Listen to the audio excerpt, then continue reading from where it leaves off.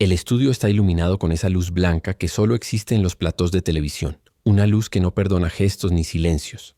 El protagonista está sentado frente al presentador, con las manos apoyadas sobre las rodillas, y hay algo en su postura que revela incomodidad disfrazada de calma. La entrevista lleva ya 40 minutos. Han hablado de goles, de títulos, de momentos gloriosos que el mundo ha visto repetidos 1000 veces en cámara lenta, pero entonces el presentador hace una pausa, inclina levemente la cabeza y formula una pregunta que nadie esperaba.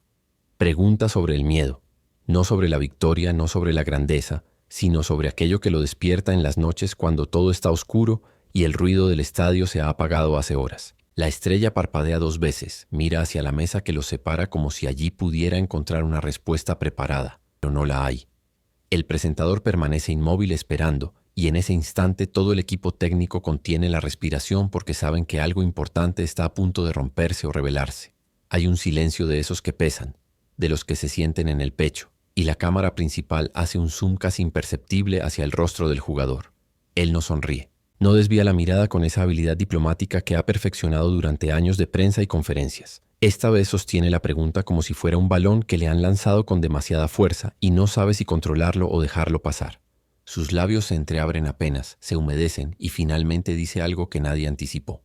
Dice que el miedo siempre estuvo ahí, desde el principio, no como un enemigo sino como una sombra que caminaba a su lado, recordándole que cada paso hacia adelante podía ser también un paso hacia la caída. El presentador asiente despacio, invitándolo a continuar sin palabras, y el protagonista respira hondo antes de adentrarse en un territorio del que nunca antes había hablado en público. Empieza recordando una noche ficticia de su adolescencia, cuando aún no era la figura que el mundo conoce hoy, cuando era solo un chico con un talento inexplicable y un cuerpo que parecía demasiado frágil para las expectativas que cargaba. Cuenta que esa noche no pudo dormir porque tenía la certeza irracional de que todo podía detenerse en cualquier momento, que el don que lo hacía diferente podía desaparecer como si nunca hubiera existido, como si alguien apagara una luz y lo dejara en la oscuridad sin saber cómo había llegado hasta ahí. Habla de cómo miraba el techo de su habitación en aquella casa pequeña y sentía el peso de todos los que creían en él, de todos los que habían sacrificado algo para que él pudiera estar donde estaba, y ese peso no era motivador ni inspirador, era aterrador. Porque si fallaba no solo se caía él, arrastraba consigo a cada persona que había apostado su fe en sus pies, en su visión, en esa capacidad casi mágica de hacer que el balón obedeciera como si estuviera vivo. El protagonista hace una pausa y bebe un sorbo de agua que alguien le ha dejado estratégicamente cerca. El presentador no interrumpe. El equipo de producción permanece paralizado detrás de las cámaras porque saben que están capturando algo único, algo que no se puede fingir ni ensayar. La estrella deja el vaso con cuidado, casi con reverencia, como si ese gesto le diera unos segundos más para ordenar los pensamientos que ahora fluyen sin filtro. Retoma diciendo que el miedo se transformó con el tiempo, que dejó de ser el miedo a perder el talento y se convirtió en algo más complejo, más sofocante. Se convirtió en el miedo a nunca ser suficiente. Explica que podía marcar 3 goles en un partido, podía ganar trofeos que otros solo soñaban con tocar, podía recibir aplausos que hacían temblar los estadios, pero dentro de él siempre había una vocecita que susurraba que faltaba algo, que no había hecho lo bastante, que la próxima vez tenía que ser mejor, o todos descubrirían que no era tan especial como pensaban.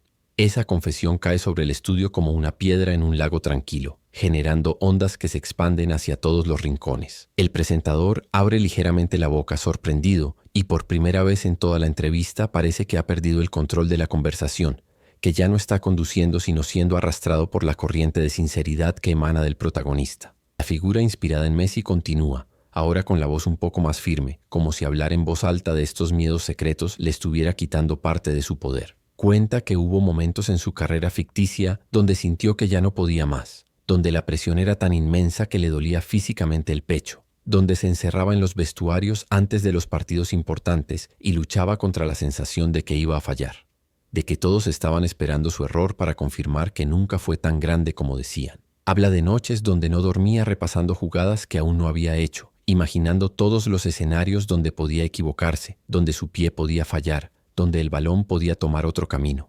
Dice que el fútbol para él nunca fue solo un juego, fue una obsesión, una necesidad, una forma de demostrar algo que ni siquiera sabía bien qué era. Y esa obsesión venía acompañada de un terror paralizante a la mediocridad, a ser olvidado, a despertar un día y darse cuenta de que todo había sido efímero, que su nombre se borraría de las conversaciones y que las nuevas generaciones hablarían de otros, de jugadores más jóvenes, más rápidos, más brillantes. El protagonista cierra los ojos por un instante mientras habla de esto, y cuando los abre hay algo diferente en su mirada, algo vulnerable que la cámara captura sin piedad pero también sin malicia, simplemente registrando la verdad desnuda de un ser humano que ha cargado demasiado durante demasiado tiempo. El presentador traga saliva audiblemente y pregunta con voz más suave qué fue lo que más lo asustó en toda su trayectoria, cuál fue el pico de ese miedo, y la respuesta que recibe lo deja completamente desarmado. El jugador se inclina levemente hacia adelante, apoyando los codos sobre las rodillas, adoptando una postura que elimina toda distancia entre él y quien lo escucha. Dice que hubo un momento ficticio, en medio de una temporada crucial, donde sintió que estaba perdiendo el control de todo. No era una lesión física, no era un problema con el equipo. Era algo interno que se estaba rompiendo sin hacer ruido. Cuenta que llegaba a los entrenamientos y ejecutaba los movimientos perfectamente, marcaba goles en los partidos, sonreía en las entrevistas, pero por dentro sentía un vacío que crecía día tras día. Era como si estuviera interpretando el papel de sí mismo, como si el verdadero protagonista se hubiera quedado atrapado en algún lugar de su pasado y lo que quedaba era solo una cáscara brillante haciendo lo que se esperaba de ella. Y lo peor, lo verdaderamente aterrador era que nadie lo notaba. Todos seguían aplaudiendo, celebrando, pidiéndole más, y él se sentía cada vez más solo en medio de miles de personas. La soledad era su miedo más profundo, confiesa con una honestidad que corta el aire del estudio. No el miedo a perder, no el miedo a las lesiones, no el miedo al fracaso visible que todos podían señalar y comentar. Era el miedo a perderse a sí mismo en el proceso de ser lo que todos necesitaban que fuera. El miedo a mirar al espejo un día y no reconocer al hombre que lo miraba de vuelta, a descubrir que había sacrificado tanto de su esencia en el altar del éxito que ya no quedaba nada auténtico, nada verdadero, solo reflejos y expectativas cumplidas. Explica que esa sensación lo persiguió durante meses en esta historia inventada, que despertaba en las madrugadas con el corazón acelerado preguntándose si alguien realmente lo conocía, si alguien vería más allá de los trofeos y las estadísticas, si alguien se quedaría si mañana dejaba de ser excepcional en un campo de fútbol. El presentador ha olvidado sus notas, ha olvidado las siguientes preguntas planeadas, ha olvidado incluso que hay cámaras grabando cada segundo de esta conversación. Simplemente escucha, con los ojos fijos en el protagonista, y hay lágrimas contenidas en el borde de sus párpados porque entiende que está siendo testigo de algo extraordinario, no por su espectacularidad, sino por su humanidad desnuda. La estrella continúa diciendo que ese miedo lo llevó a un punto de quiebre, a un momento donde tuvo que detenerse y preguntarse qué estaba haciendo realmente, por qué seguía corriendo detrás de un balón si ya no sentía la alegría que alguna vez lo definió. Y fue en ese instante de crisis silenciosa, invisible para el mundo exterior, donde tuvo que tomar la decisión más difícil de su vida ficticia. Tuvo que decidir si continuaba siendo el ícono que todos necesitaban o si se permitía ser humano nuevamente, vulnerable, imperfecto, perdido. La respuesta no fue dramática ni instantánea, aclara. No hubo un momento de iluminación donde todo se resolvió mágicamente. Fue un proceso lento y doloroso de reconstrucción, de aprender a separar su identidad del deporte que lo había definido durante toda su existencia. Tuvo que buscar ayuda, aunque en esta historia ficticia eso significaba enfrentar el estigma de admitir que la mente puede quebrarse tanto como el cuerpo. Tuvo que hablar con personas que no le pidieran nada, que no esperaran genialidad ni magia, que simplemente lo escucharan como al hombre asustado que era por dentro. Y descubrió algo que nunca había considerado posible, que podía seguir siendo extraordinario en el campo sin dejar de ser ordinario fuera de él, que podía aceptar el miedo como parte de su experiencia sin dejar que lo consumiera completamente. Habla de cómo aprendió a redefinir el éxito en sus propios términos dentro de esta narrativa inventada, a entender que cada partido no era un juicio sobre su valor como ser humano, sino simplemente 90 minutos donde hacía lo que amaba con las herramientas que tenía ese día. Algunos días, esas herramientas funcionaban perfectamente, y otros no tanto, pero eso no determinaba quién era cuando se quitaba la camiseta y volvía a ser solo un hombre con miedos y sueños como cualquier otro. Dice que tuvo que perdonarse por no ser invencible, por tener momentos donde la duda lo paralizaba, por necesitar apoyo cuando toda su vida le habían enseñado que los grandes deben ser autosuficientes. Y ese perdón fue más difícil que cualquier rival que hubiera enfrentado en el campo, porque implicaba admitir que no era el superhéroe que el mundo había construido en su imagen. El silencio que sigue a estas palabras es absoluto. No hay ruido de cámaras, no hay movimiento del equipo técnico, No hay siquiera el murmullo de la respiración contenida. Solo existe ese espacio suspendido donde las palabras han revelado algo tan profundo que todos necesitan un momento para procesarlo. El presentador finalmente reacciona, pero lo hace con una pregunta formulada casi en un susurro, preguntando si ese miedo ha desaparecido o si todavía lo acompaña. La respuesta del protagonista es inmediata y contundente. El miedo nunca se fue completamente, pero aprendió a caminar con él de manera diferente, ya no como un enemigo que lo persigue, sino como un recordatorio de su humanidad, de que siente, de que importa, de que cada logro tiene valor precisamente porque existe la posibilidad de perder. ¿Desde qué país estás escuchando esta historia que revela el lado más humano de quienes admiramos desde la distancia? La conversación podría terminar ahí, con esa revelación poderosa flotando en el aire del estudio, pero el protagonista no ha terminado. Hay algo más que necesita decir, algo que ha estado esperando el momento correcto para compartir. Se acomoda en su silla, endereza la espalda como si se estuviera preparando para un último esfuerzo y habla sobre la paradoja de vivir en la cima. Explica que cuando estás en lo más alto, cuando has alcanzado todo lo que otros sueñan alcanzar, el miedo cambia de forma nuevamente. Ya no temes no llegar, temes caer. Ya no temes ser ignorado, temes ser olvidado. Y descubres que el éxito no elimina la inseguridad, simplemente le da nuevos disfraces más sofisticados. Cuenta que en esta historia inventada hubo momentos donde el peso de su propia leyenda era más agobiante que cualquier marcador adversario, donde sentía que cada movimiento estaba siendo juzgado no contra los estándares normales, sino contra las versiones mitificadas de sí mismo que existían en la memoria colectiva. Dice que esa presión lo llevó a cuestionarse si valía la pena continuar, si no sería más sabio retirarse cuando todavía era recordado con admiración que arriesgarse a que lo vieran declinar, a que comparan su presente con su pasado glorioso y encuentren el presente insuficiente. Y esa idea lo aterraba de una forma diferente porque implicaba que todo lo que había construido podía reducirse a números en descenso, a estadísticas que mostraban que ya no era el mismo, a titulares que hablaban de su ocaso con la misma fascinación morbosa con la que antes celebraban su ascenso. En esos momentos oscuros de esta narrativa ficticia, el protagonista confiesa que llegó a odiar el fútbol, a resentir el deporte que le había dado todo porque también le había quitado la posibilidad de ser simplemente normal, de equivocarse sin que fuera noticia, de tener un mal día sin que significara el fin de una era. Pero también habla de los momentos de redención, de esos instantes donde todo volvía a tener sentido de forma inesperada. Cuenta sobre una tarde inventada donde estaba observando a niños jugar en un parque improvisado, con una pelota desinflada y arcos hechos de piedras, y vio en ellos la misma alegría pura que él había sentido décadas atrás antes de que el talento se convirtiera en obligación. Vio cómo corrían sin pensar en tácticas, cómo reían cuando alguien caía, cómo celebraban cada gol como si fuera el más importante del mundo, aunque no había espectadores ni cámaras ni nada más que el placer simple de jugar. Y en ese momento recordó por qué había empezado todo. Recordó que antes de los contratos y las expectativas y los títulos, había un niño que simplemente amaba el sentimiento de un balón respondiendo a sus pies como si fueran uno solo.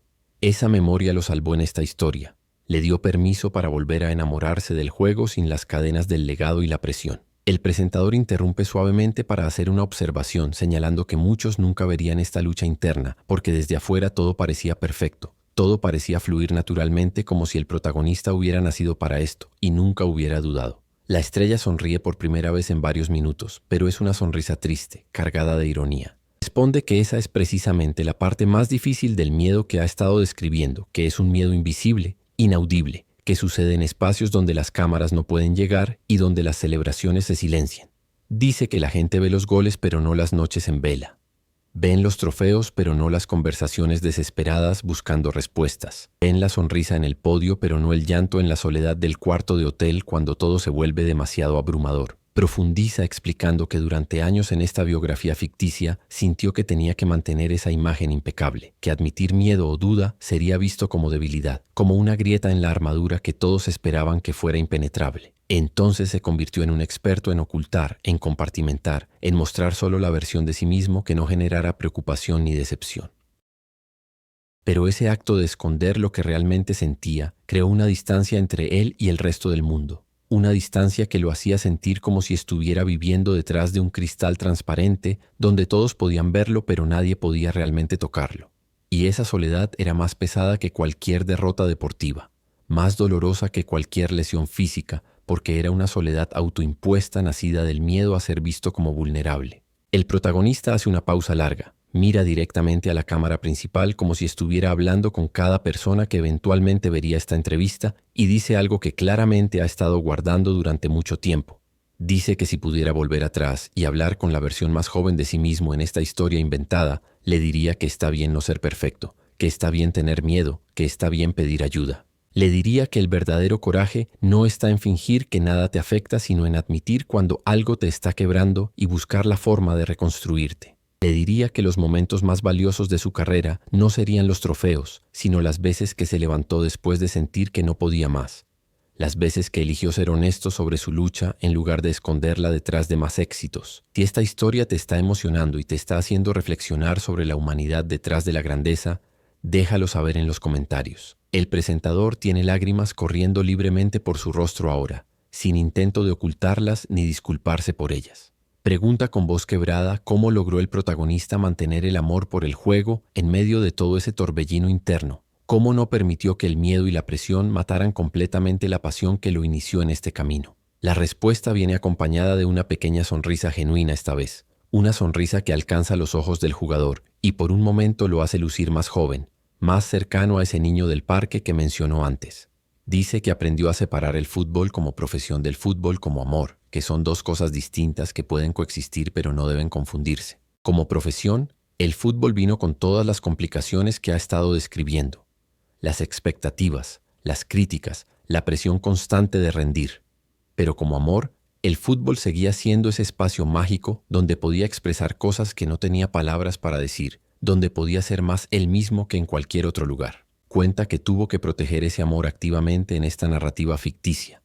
Crear momentos donde jugaba solo por jugar sin ningún objetivo más allá del placer del movimiento. A veces eso significaba quedarse horas extra después de los entrenamientos oficiales simplemente probando trucos que nunca usaría en un partido real, jugando con el balón de forma sin práctica pero hermosas. Otras veces significaba buscar partidos informales donde nadie lo conociera o donde al menos pudieran olvidar temporalmente quién era y tratarlo como un jugador más. En esos espacios sin presión redescubría constantemente por qué el fútbol importaba más allá de los números y los titulares, recordaba la sensación de libertad que venía con cada toque perfecto, cada engaño exitoso, cada momento donde el tiempo parecía detenerse y solo existían él y el balón en una danza perfectamente sincronizada. Explica que también tuvo que aprender a celebrar las victorias pequeñas, las que nadie más notaba, pero que para él significaban que estaba creciendo como persona más allá del atleta. Victorias como poder dormir toda la noche sin despertarse ansioso, como poder disfrutar un día libre sin sentir culpa por no estar entrenando, como poder tener una conversación profunda con alguien sobre temas que no tuvieran nada que ver con el fútbol. Esas victorias invisibles fueron las que realmente lo mantuvieron cuerdo en esta historia inventada, las que le recordaban que su valor no dependía exclusivamente de su desempeño en el campo, sino de su capacidad de seguir siendo humano en circunstancias que constantemente lo empujaban hacia la deshumanización del ícono perfecto. El protagonista respira profundo y su expresión se vuelve aún más seria, más concentrada, como si estuviera a punto de revelar el núcleo central de todo lo que ha estado compartiendo. Dice que el mayor miedo, el que engloba a todos los demás, el que lo despertaba sudando en medio de la noche en esta biografía ficticia, era el miedo a decepcionar, no a perder partidos, no a fallar penales, no a cometer errores técnicos, sino a decepcionar a todas las personas que habían depositado sus esperanzas en él como si fuera un recipiente para sus propios sueños. Habla de cómo sentía el peso de los hinchas que trabajaban todo el año ahorrando para comprar una entrada y verlo jugar, que necesitaban esos 90 minutos de magia para olvidar sus propias luchas. Habla de los niños que lo tenían como héroe y que aprenderían sobre perseverancia y excelencia a través de su ejemplo. Habla de su familia que había sacrificado tanto para que él llegara hasta ahí y que merecían ver que esos sacrificios habían valido la pena. Esa sensación de ser responsable por la felicidad de millones era algo que nadie le había preparado para manejar, confiesa. No existía entrenamiento para eso. No había técnica que practicar para sobrellevar el hecho de que tu mal día podía arruinar el día de incontables personas que nunca conocerías. Y lo peor era que esa responsabilidad era completamente desproporcionada, era irracional. Porque al final del día él era solo un hombre jugando un deporte, pero se había convertido en símbolo de algo más grande que él mismo y no podía controlar ese significado ni lo que representaba para otros. Entonces, cada vez que fallaba, cada vez que el equipo perdía, cada vez que su desempeño no alcanzaba las expectativas imposibles, Sentía que estaba traicionando a todos esos desconocidos que necesitaban que fuera perfecto para mantener viva su propia esperanza. El presentador interviene suavemente preguntando cómo hizo las paces con esa imposibilidad, con la certeza de que eventualmente decepcionaría a alguien porque ningún ser humano puede cumplir expectativas ilimitadas perpetuamente. El jugador cierra los ojos antes de responder, y cuando los abre hay una claridad en ellos que no estaba antes, como si hubiera atravesado un túnel oscuro y finalmente encontrado luz del otro lado.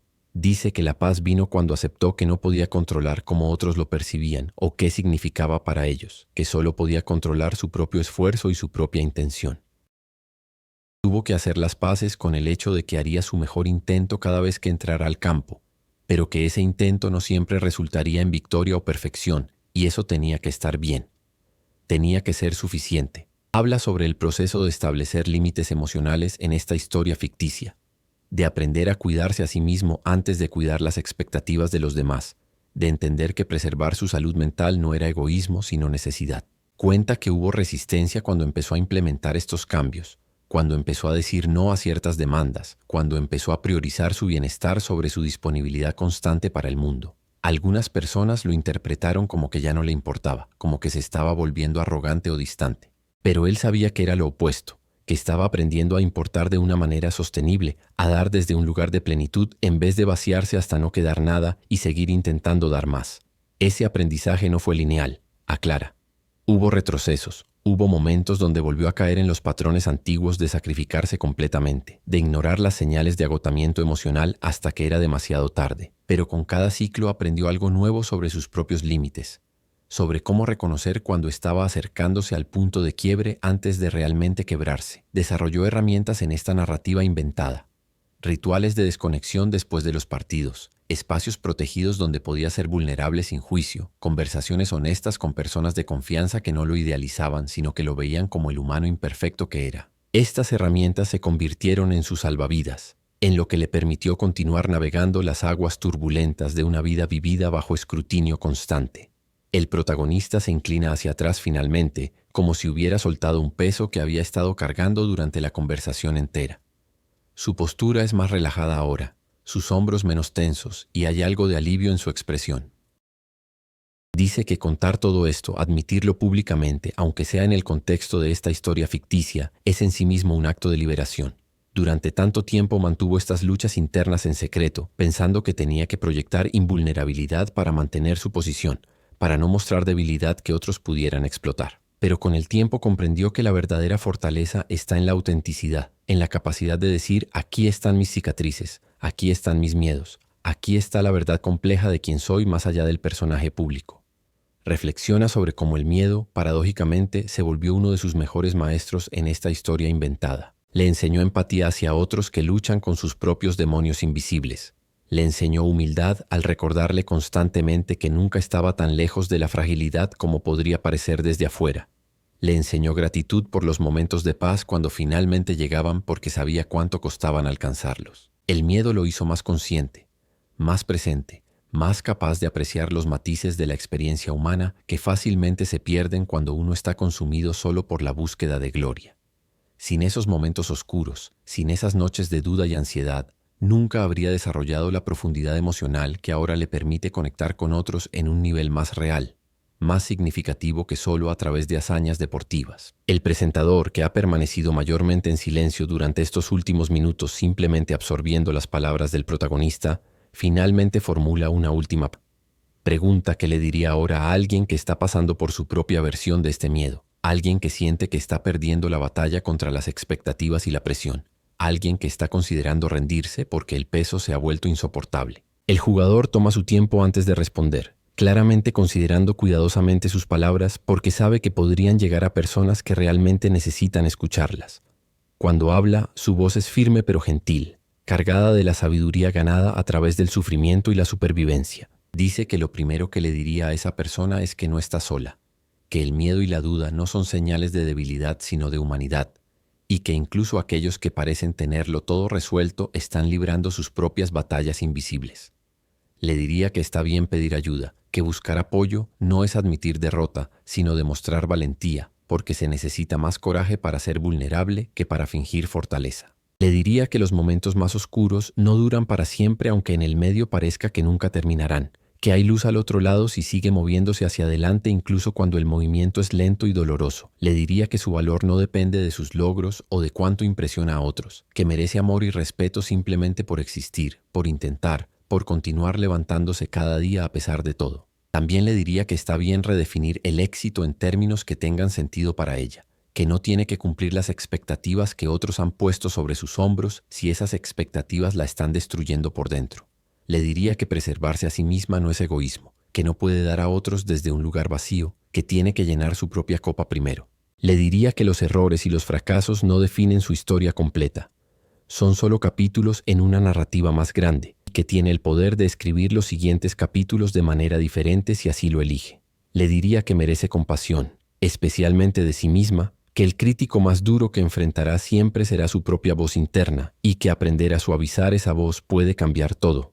Le diría que está bien no tener todas las respuestas, que la vida no es un problema que necesita ser resuelto, sino una experiencia que necesita ser vivida, con toda su complejidad y contradicción. Le diría que los días buenos vendrán y se irán, y los días malos también, y que el objetivo no es eliminar completamente los malos, sino desarrollar la resiliencia para atravesarlos sin quedar destruida. Le diría que busque pequeñas alegrías en medio del caos, momentos simples que le recuerden que la vida sigue siendo bella incluso cuando es difícil, que preserve esos momentos como tesoros porque son los que la sostendrán cuando todo lo demás se sienta demasiado pesado. Y finalmente, le diría que tiene permiso para evolucionar, para cambiar, para no ser la misma persona que era ayer o el año pasado, que crecer significa a veces dejar atrás versiones de nosotros mismos que ya no sirven, y eso está bien. Es más, es necesario. El silencio que sigue a esta respuesta es diferente a los anteriores. No es un silencio de shock o sorpresa, es un silencio de reverencia, de profundo respeto por la vulnerabilidad y la sabiduría que acaban de ser compartidas. El presentador tiene las manos entrelazadas frente a su rostro, los codos apoyados en la mesa, y cuando finalmente baja las manos, su expresión es de completa asombro. No hay palabras preparadas para este momento. No hay transición suave hacia la siguiente pregunta, porque ambos entienden que no hay nada más que necesite ser dicho. Todo lo importante ya fue revelado. Toda la verdad esencial ya fue expuesta. El protagonista ha abierto completamente su interior y lo ha dejado visible para quien quiera verlo, sin adornos ni protecciones. Solo la realidad desnuda de un hombre que ha luchado contra sus demonios y ha aprendido a vivir con ellos en lugar de contra ellos. El presentador finalmente mueve la cabeza lentamente de lado a lado, no en negación, sino en incredulidad ante el privilegio de haber sido testigo de esta conversación. Dice simplemente gracias, y esa palabra solitaria lleva el peso de 1000 emociones no expresadas. Gracias por confiar en este espacio para compartir algo tan íntimo. Gracias por recordarnos que detrás de cada ícono hay un ser humano con miedos y dudas.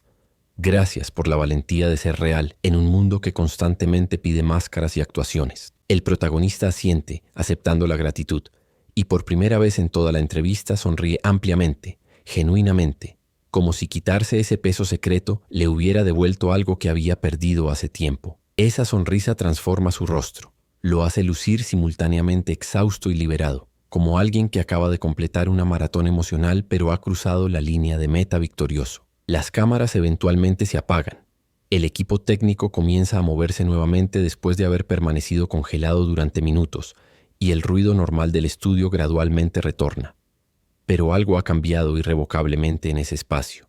Todos los presentes saben que fueron parte de algo especial, algo que trasciende el formato típico de una entrevista deportiva. Han visto a un hombre enfrentar sus verdades más profundas en tiempo real.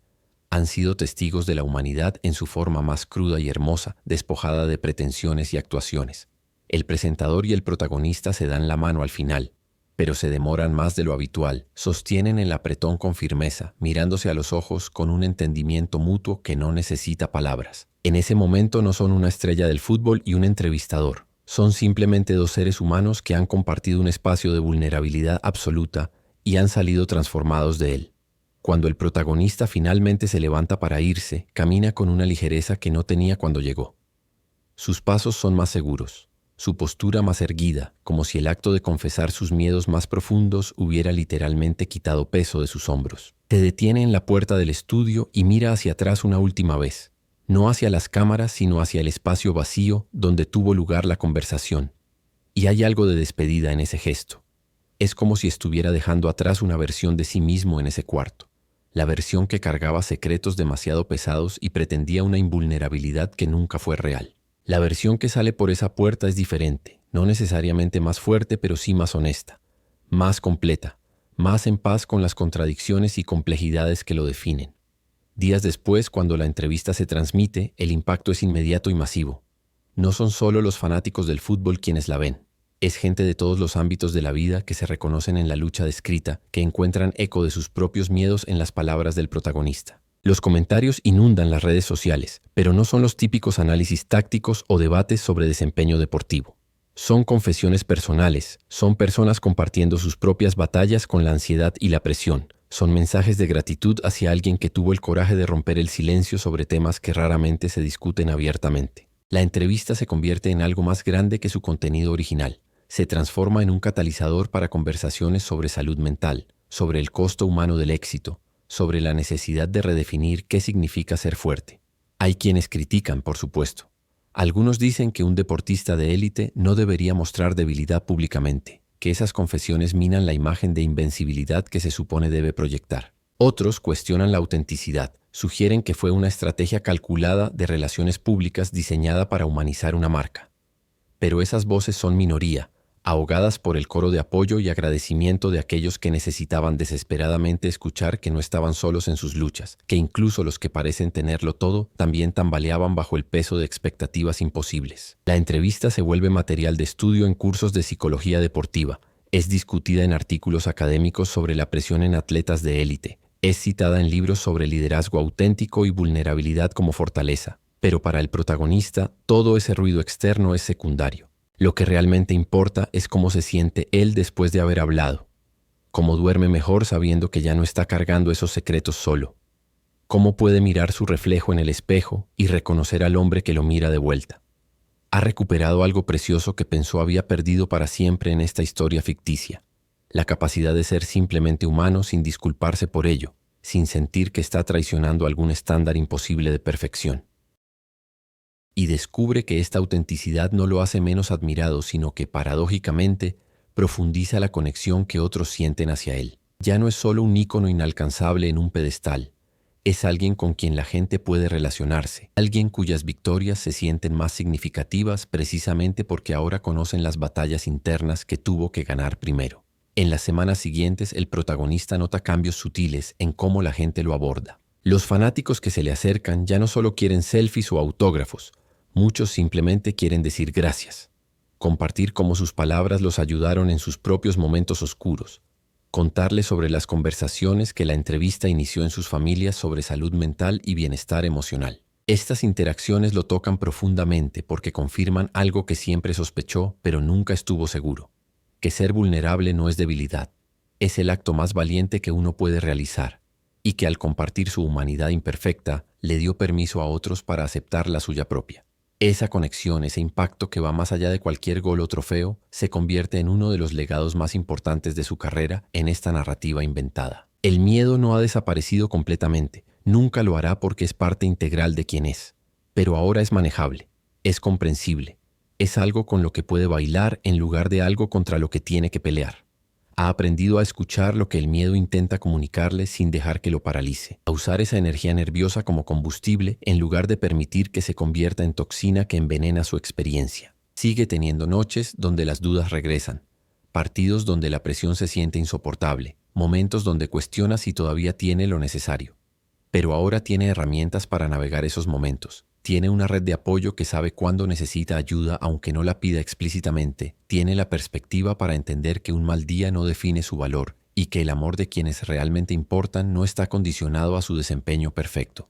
Suscríbete para más historias que revelan el lado humano, vulnerable y extraordinario del fútbol y de quienes lo juegan. Y tal vez lo más importante, ha aprendido a perdonarse. Perdonarse por los errores del pasado, por las oportunidades perdidas, por las veces que no fue tan fuerte como pensaba que debía ser. Ese perdón es un proceso continuo, no un evento único, pero cada día se vuelve un poco más fácil. Cada día puede mirarse en el espejo y aceptar al hombre imperfecto que ve, con todas sus cicatrices e invisibles, con todos sus logros y fracasos, con toda la complejidad gloriosa de una vida vivida intensamente.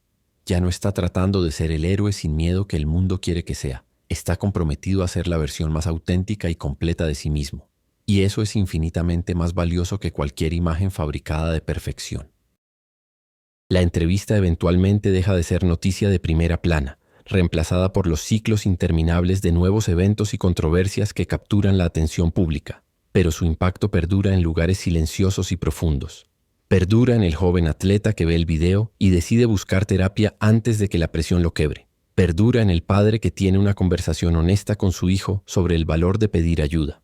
Perdura en la persona común que se da cuenta de que no está sola en su lucha contra miedos que pensaba eran únicamente suyos. Esas ondas de influencia se expanden mucho más allá de lo que el protagonista podrá ver o medir, tocando vidas de maneras que nunca conocerá pero que son su verdadero legado más allá de las estadísticas deportivas. Y en medio de todo esto, él continúa jugando, continúa entrenando, continúa compitiendo, continúa esforzándose por la excelencia porque eso es parte de quién es. Pero ahora lo hace desde un lugar diferente, desde una fundación más sólida construida sobre autoconocimiento y autoaceptación, en lugar de sobre la necesidad desesperada de probar algo o de cumplir expectativas externas. Juega porque ama el juego, porque es su forma de expresión más pura, porque en esos momentos de flujo perfecto donde todo se alinea, siente una conexión con algo más grande que él mismo. Y cuando las cosas no funcionan, cuando el resultado no es el deseado, puede sostener esa decepción sin que lo defina completamente. Puede aprender de ella y seguir adelante sin quedar atrapado en espirales de autocrítica destructiva. El estudio donde tuvo lugar la entrevista ha vuelto a su rutina normal, hosting innumerables conversaciones posteriores con otros invitados sobre otros temas. Pero todos los que estuvieron presentes ese día recuerdan el silencio pesado, recuerdan las lágrimas en los ojos del presentador, recuerdan la sensación de estar presenciando algo extraordinario. Algunos de los miembros del equipo técnico han compartido la historia con amigos y familiares. Han hablado sobre cómo cambió su perspectiva sobre la fama y el éxito, sobre cómo les recordó que nadie, absolutamente nadie, está libre de luchas internas sin importar cuán perfecta parezca su vida desde afuera. Ese día en el estudio se ha convertido en una referencia, un marcador en sus propias vidas que divide el tiempo en antes y después de presenciar esa vulnerabilidad radical. El protagonista, por su parte, ha seguido adelante con su vida y carrera en esta historia ficticia con una libertad nueva. La libertad que viene de no tener más secretos que proteger, de no estar constantemente vigilando lo que dice o cómo lo dice para mantener una imagen cuidadosamente construida. Puede ser espontáneo, puede ser contradictorio, puede cambiar de opinión sin sentir que está traicionando alguna marca personal que debe mantener consistente. Ha descubierto que la gente responde positivamente a esta autenticidad, que prefieren la humanidad real sobre la perfección artificial, que se conectan más profundamente con sus imperfecciones que con sus logros imposibles. Y esa realización lo ha liberado para explorar dimensiones de sí mismo que había mantenido ocultas, para tomar riesgos que antes evitaba por miedo al fracaso público, para vivir más plenamente en lugar de simplemente existir en función de las expectativas ajenas. Hay momentos ahora donde se permite ser completamente presente, sin la constante narración interna de autocrítica que solía dominar sus pensamientos. Momentos jugando con sus hijos en esta narrativa inventada, donde no está pensando en su legado o en cómo esto se verá para otros, solo está disfrutando el contacto simple y alegre con las personas que más ama. Momentos caminando solo donde puede procesar sus emociones sin sentir que tiene que llegar inmediatamente a alguna conclusión productiva o lección aprendida. Momentos de quietud donde simplemente respira y existe sin tener que justificar ese espacio o convertirlo en algo más. Estos momentos ordinarios se han vuelto extraordinarios para él porque representan una paz que pasó décadas buscando sin saber que la estaba buscando.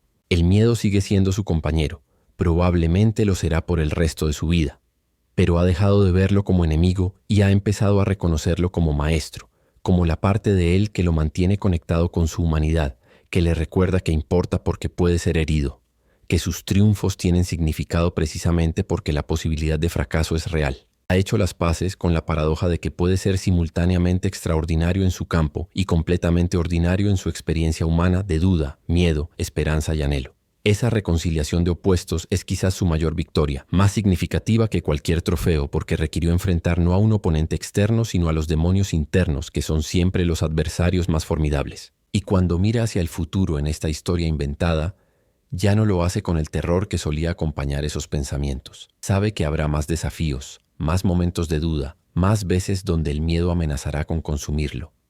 pero también sabe que ha desarrollado la resiliencia y las herramientas para enfrentar esos momentos, que no tiene que hacerlo solo, que pedir ayuda no es debilidad, sino sabiduría. Sabe que su valor no está determinado por su último partido o su próximo trofeo, que es amado y apreciado por quien es fundamentalmente y no solo por lo que puede hacer con un balón. Y ese conocimiento, esa certeza que tomó toda una vida construir, es su verdadera fortaleza, la que nadie puede quitarle porque viene desde adentro en lugar de depender de validación externa. La historia del protagonista no termina con esa entrevista, pero sí marca un punto de inflexión, un antes y un después en cómo habita su propia vida. Las batallas continúan, pero las pelea desde un lugar de mayor conciencia y compasión hacia sí mismo. Los miedos persisten, pero ya no lo definen ni controlan. Y cuando finalmente llegue el día en que cuelgue los botines y cierre este capítulo de su vida, podrá hacerlo con la cabeza en alto, no solo por los logros visibles, sino por las victorias invisibles, por las veces que eligió la vulnerabilidad sobre la fachada, la honestidad sobre la conveniencia, el crecimiento sobre la comodidad. Esas serán las medallas que más valore, las que llevará consigo mucho después de que los trofeos físicos hayan sido olvidados o polvo. El estudio está vacío ahora en esta narrativa. Las luces apagadas, las sillas ordenadas para la próxima grabación. Pero si las paredes pudieran hablar, contarían la historia de un día donde la vulnerabilidad fue más poderosa que la invencibilidad, donde la verdad desnuda conmovió más que cualquier hazaña atlética, donde un hombre tuvo el coraje de mostrar su humanidad completa sabiendo que sería juzgado por ello y eligió hacerlo de todos modos. Esa valentía, ese acto radical de autenticidad en un mundo que constantemente demanda máscaras, resuena mucho más allá de ese espacio físico. Vive en cada persona que vio la entrevista y encontró valor para enfrentar sus propios miedos, en cada conversación difícil que inspiró, en cada momento de conexión humana genuina que facilitó. Y quizás esa sea la lección final de esta historia ficticia, que nuestros miedos no son debilidades que deben ser eliminadas, sino aspectos de nuestra humanidad que merecen ser reconocidos, comprendidos e integrados. Que la verdadera grandeza no está en la ausencia de miedo, sino en la capacidad de continuar creciendo y esforzándose a pesar de él. Que compartir nuestras luchas no nos hace menos admirables, sino profundamente más humanos y accesibles. Que al final lo que permanece no son los récords rotos o los títulos ganados, sino las vidas tocadas, las verdades compartidas, el coraje de ser auténtico en un mundo que recompensa la actuación. Esa es la victoria que ninguna estadística puede capturar, pero que todo corazón puede sentir.